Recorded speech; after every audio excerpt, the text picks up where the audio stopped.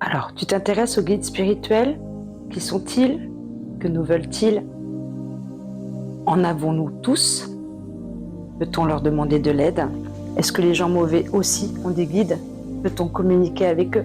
Peuvent-ils vraiment nous aider? Voici quelques questions auxquelles nous allons tenter de répondre dans cette vidéo. Les médiums entre eux ne sont pas forcément d'accord concernant ce sujet des guides spirituels. Pura Luna a essayé de faire le tri dans tout ça et nous on s'est basé sur ceux à qui l'on fait confiance pour vous donner les meilleures informations. La mission de nos guides spirituels est de nous accompagner au quotidien.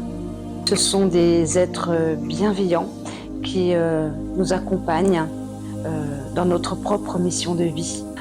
Alors, à la question « En avons-nous tous ?» la réponse est oui. Contrairement à notre ange gardien qui nous protège toute notre vie durant, les guides spirituels peuvent changer au cours de notre vie en fonction de notre chemin de vie.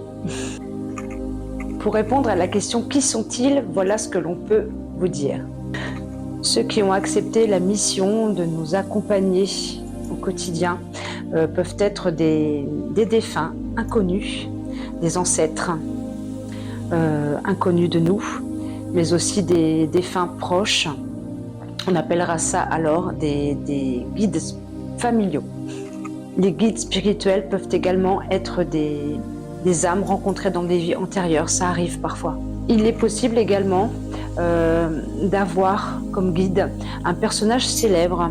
Nous savons par exemple, grâce à Jérôme Vibert, qui est un grand médium, que Victor Hugo, qu'il a eu en canalisation, a certifié, enfin a confirmé qu'il avait comme mission en tant que guide d'accompagner des écrivains.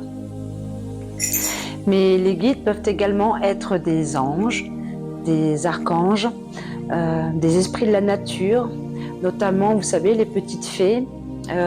Elles vont souvent être les guides de personnes qui sont très en connexion avec la terre-mère. On parle également d'animaux totems. Les guides spirituels peuvent également être des maîtres ascensionnés, comme des saints, comme Bouddha, la Vierge Marie. Alors on dit que les archanges et les maîtres ascensionnés sont souvent les guides des personnes qui ont les plus dures missions de vie. Et bien que cela puisse sembler incompréhensible, oui, les gens mauvais ont aussi des guides. Alors, on dit qu'il est à peu près sûr qu'ils sont guidés par des forces qui sont dans le bas astral, ou simplement c'est parce qu'ils n'écoutent pas leur guide, cette petite voix intérieure qui leur dit de faire ou de ne pas faire telle chose. Voilà. Et oui, n'oublions pas qu'il existe des anges déchus. De toute façon, ces personnes, les violeurs, les assassins, les violeurs, etc., sachez qu'à un moment donné, ils devront, au jour du jugement dernier, ils devront rendre des comptes. Alors, il faut savoir que les guides spirituels n'interviennent que si on le leur demande. Ils ne prennent jamais les décisions à notre place.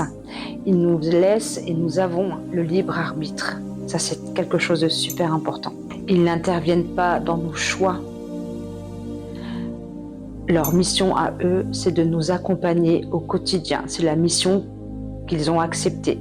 Et sachez que contrairement à l'ange gardien, ils ne peuvent intervenir que si on le leur demande.